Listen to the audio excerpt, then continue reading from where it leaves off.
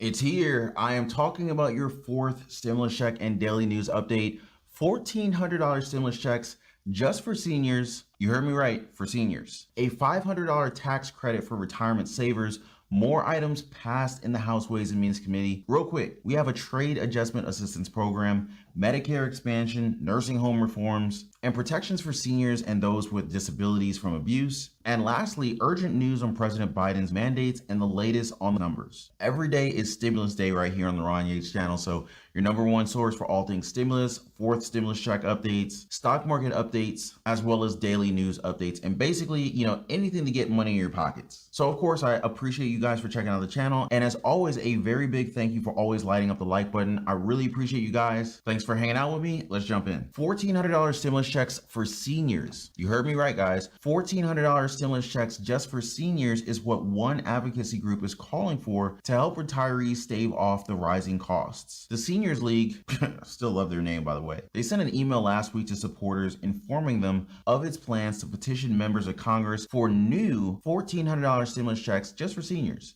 Now, you would be surprised how quickly they got replies. Now, according to the policy group's analyst, we have already hit a nerve with that first email. It was an immediate response of support for the idea. More than 100 replies from seniors shared their stories. More than 50 of these messages mentioned having to cut down to one meal a day or trouble affording groceries. Many of the seniors who responded also said that they were cutting back on prescriptions. Now, that's really sad news, guys, and I'm really sorry to hear that. But that's why the Senior Citizens League is planning to petition Congress for $1,400 stimulus checks just for seniors. That way, they could get some extra non-taxable income to offset the higher costs in income levies and Medicare surcharges that some are going to face if next year's COLA bumps them into a higher tax bracket. Now, for everyone's information, the latest Social Security COLA estimate from the group is a whopping 6.2%. The Social Security Administration won't announce its next annual cost of living adjustment until October 2021. But there is a reliable way to predict the number ahead of time using the Consumer Price Index. The Senior Citizens League is a nonpartisan advocacy group for older Americans and has a history of accurately predicting the annual change. The group estimates that the Social Security COLA for 2022 should be about 6.2%. That's much more than the 1.3% adjustment made for 2021, and the largest bump since a 7.4% increase in the 80s. One thing to keep in mind, the group's estimate is based on the Consumer Price Index data through August. The actual COLA change will be based on an average of July, August, and September data. But for the 88% of the population, every dollar matters and living on a fixed income takes planning. So let's take a look at what the 6.2% raise will mean for people's benefits. The average retirement beneficiary receives about $1,509 per month in Social Security. Applying the new COLAs will raise that check to $1,603, which is about an extra $94 per month, or around $1,123 per year.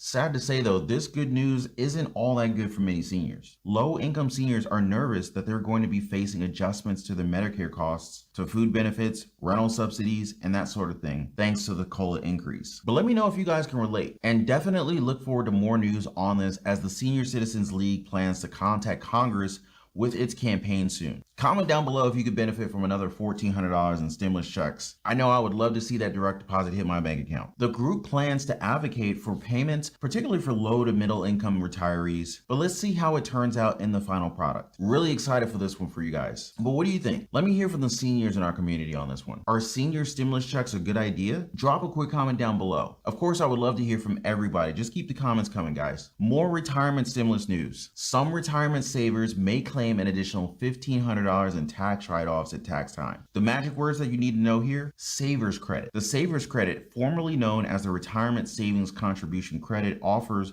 low and middle income filers a write-off at tax time. Currently, savers may claim up to 50% of their retirement contributions for a maximum credit of $1,000 for single filers and $2,000 for married couples filing together. Now, unfortunately, the amount is non-refundable, meaning that it only reduces or eliminates taxes owed. So if you had little to no tax liability, you'd pretty much get nothing.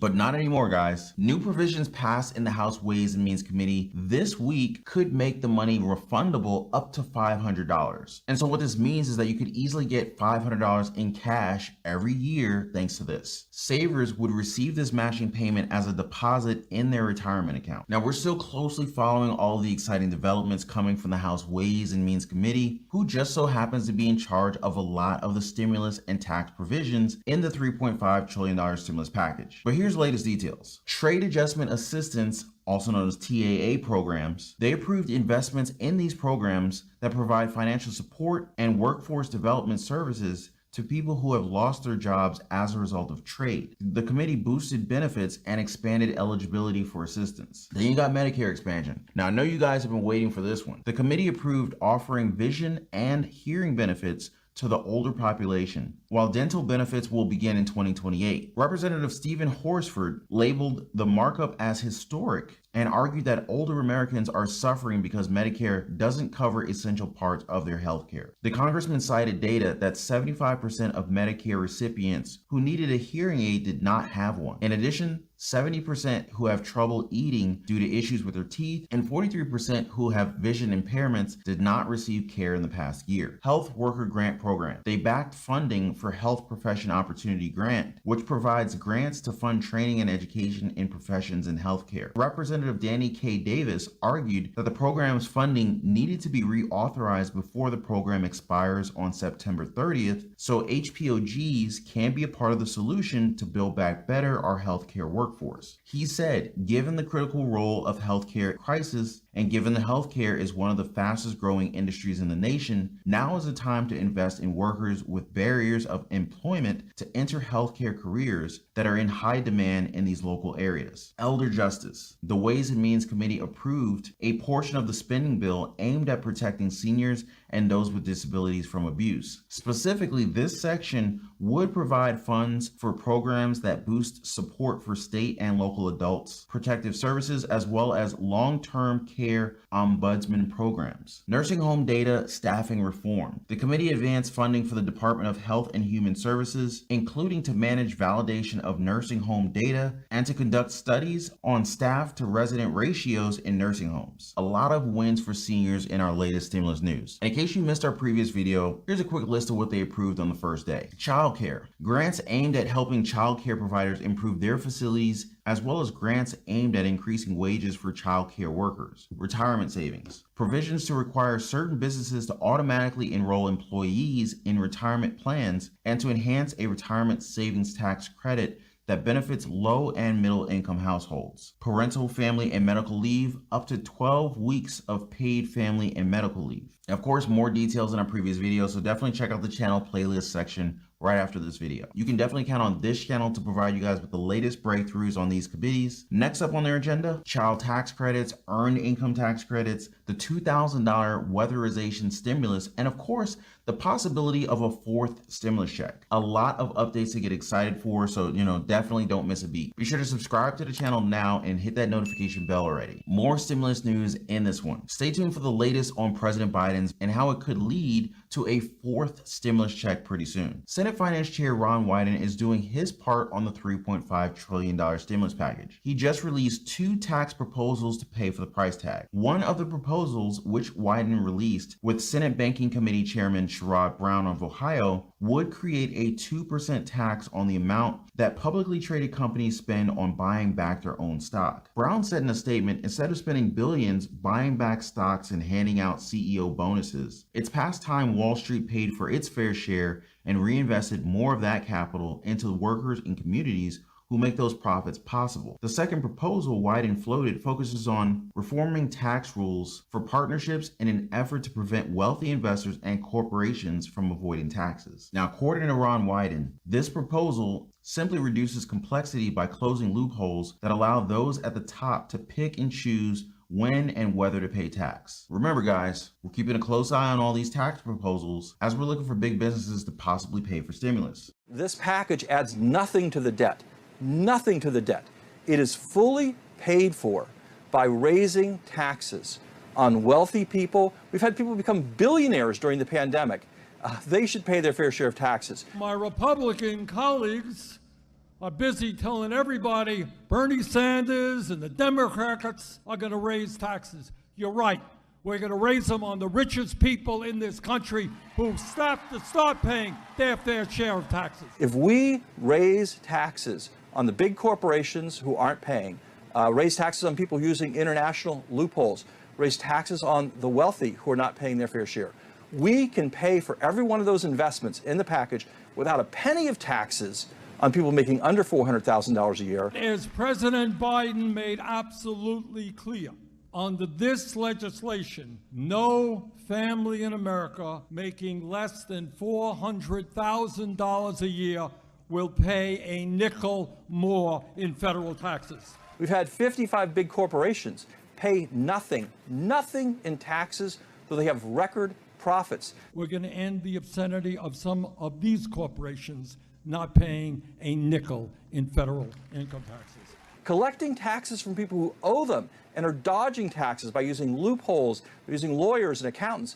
Collecting those taxes will make our tax system fairer. It is absolutely imperative that we end the obscenity of some of the wealthiest people in this country. I'm talking about multi-billionaires who in a given year pay nothing in federal income tax, not a nickel. Now, speaking of Sanders, we're bound to see a clash between him and Senator Joe Manchin pretty soon, as both have been drawing their own red lines over this upcoming stimulus package. Now, according to one Democratic strategist, they really do mirror each other in terms of representing different ends of the Democratic coalition. On one side, we've got Manchin, the most conservative member of the Democratic caucus, and an old school backslapper known for his willingness to try to cut deals across party lines and befriend almost anyone. And on the other side, you got a stimulus hero like Bernie Sanders, who's essentially cast himself as an antagonist of Washington's establishment and cultivated an image which he's poked fun at as a grump. But it's made Sanders a loner, spending almost 15 years in the Senate further to the left than most of his Democratic colleagues, and watching as they say the party's base has moved more in his direction. Manchin even said the same thing about Bernie. Bernie truly is very, very much a socialist. He really is, and makes no bones about it. I know where he's coming from. I know who he is, and I respect that. Now, while he said that, Bernie said that he's tired of talking about Manchin. Good old Bernie. Who else is tired of talking about Manchin? Let's go get that stimulus. Hashtag poverty is a policy choice. Let's get that hashtag trending, guys. And you can share this video with your post too. One, it'll help our channel, and two, it'll definitely help all the people in need of more information. Just hit the share button now, guys. Now, as for our Congress and White House leaders, it's business as usual with the $3.5 trillion stimulus package. Senate Majority Leader Chuck Schumer told reporters, "We're moving full speed ahead. We want to keep going forward. We think getting this done is so important." President Biden predicts he can work something out with Manchin. He told reporters, "Joe at the end has always been there. He's always been with me. I think we can work something out. I look forward to speaking with him." House Speaker Nancy Pelosi, who set the September 27th deadline for the two stimulus bills in the House right now, also shared her excitement about all this. She said, "Everybody's working very hard. The committees are doing their work. We're on a good timetable, and I feel very exhilarated." A senior Democratic staffer said Senate and House committees, which face an end-of-week deadline to finish their elements of the reconciliation package by the end of the week, haven't received any indication the final version will be pared down from the $3.5 trillion top-line spending goal laid out in the budget resolutions passed last month by each chamber. The aide said, "We're working our asses off. All we're doing is working. We have been under orders to get to agreement with our House counterparts by close of business." And let's not forget about Progressive Caucus Chair Pramila Jayapal. She is predicting that the Democrats could lose the House if they don't get their act together and pass this much needed $3.5 trillion stimulus package, possibly including the fourth stimulus check. We'll definitely see a breakdown here in the coming updates, so don't miss out. Other important and scary news, according to the CDC, individuals are 11 times more likely to die than fully people. What we could say a year ago that kids weren't getting sick, we can no longer say that. The silver lining is gone, so says Dr. Hector Wong at Cincinnati Children's Hospital. A year ago, we would have a handful of kids in the hospital who were with us for other conditions and happened to have. Now what we're starting to see is kids in the hospital, including the ICU, who are there because of COVID. The latest data released last week by the Ohio Hospitals Association shows a 68% week-to-week increase in hospitalizations for kids due to the Ohio Children's Hospital Association says their staff is being strained at unprecedented levels. The organization wrote a letter Thursday begging Ohioans to get and to mask up. But that's not the only problem hospitals are having. Overall admissions are up nearly 10 times what they were in early July, according to Ohio Department of Health Director Dr. Bruce Vanderhoff. Vanderhoff says we should point the finger at one group of people. Ohioans are far and away patients filling our hospital beds. Data shows that from January to the present, less than 2.5% of those hospitalized were fully vaccinated. This is a hospital of the unvaccinated. Last year, when Governor Mike DeWine told us hospitals were concerned about capacity, he mandated masks statewide. That was also not available at the time. Yet there has been skepticism mixed with an unwillingness to get amongst 40% of people in the state. The Ohio Federation of Teachers is calling on the governor to reissue the mask mandate, but Vanderhoff says there's no appetite for that requirement. We're part of a very wonderful democracy. And in that democracy, it really, at the end of the day, always depends upon the will of the people. A spokesperson for Governor DeWine adding to that by saying 1/3 of students are in districts where mandates are in place. The governor's plan has worked in that we're sharing the information and school districts are making these decisions on their own and what's in the best interest of their students.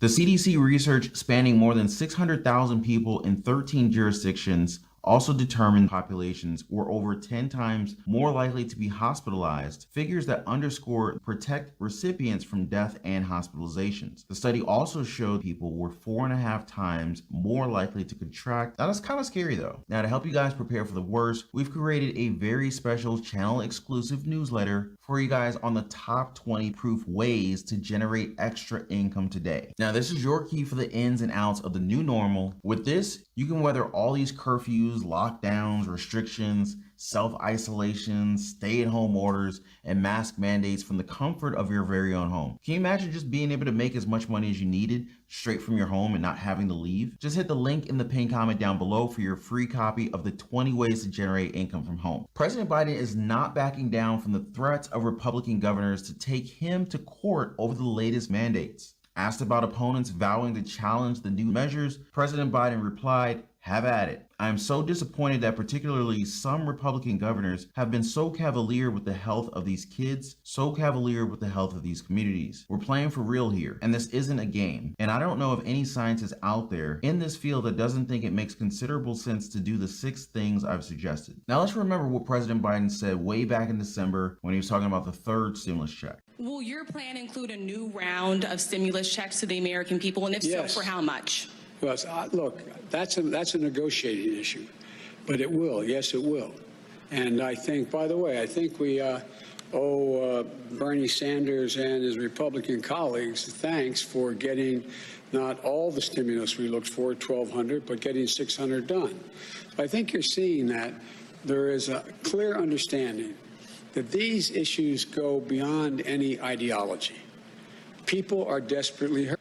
And the Republicans are hurting as badly as Democrats. Disclaimer, guys, this was from December 2020, and President Biden was talking about the 3rd stimulus check. I just want to be clear about that one. But just take a look at how he's described things back then. These issues go beyond any ideology. People are desperately hurting, and the Republicans are hurting as badly as Democrats. Right now, masks and mandates are up, and people are still hurting. It looks like things are pretty much the same as they were back in December. I know a lot of you guys can relate on this one. One economist stresses that point. Delta is reducing consumer demand and threatening the reopening. Ultimately, it's a harsh reminder that has control over our destiny. And let's not forget President Biden saying a weak jobs report makes clear need for more stimulus. And as he said with the weak jobs report back in April, we can't let up. The jobs report makes that clear. We've got too much work to do. We have to build back better. Now, could that mean a 4th stimulus check in the immediate future? We'll find out in our coming updates. I appreciate you guys hanging out with me today. This is your 4th stimulus check update plus your daily news update.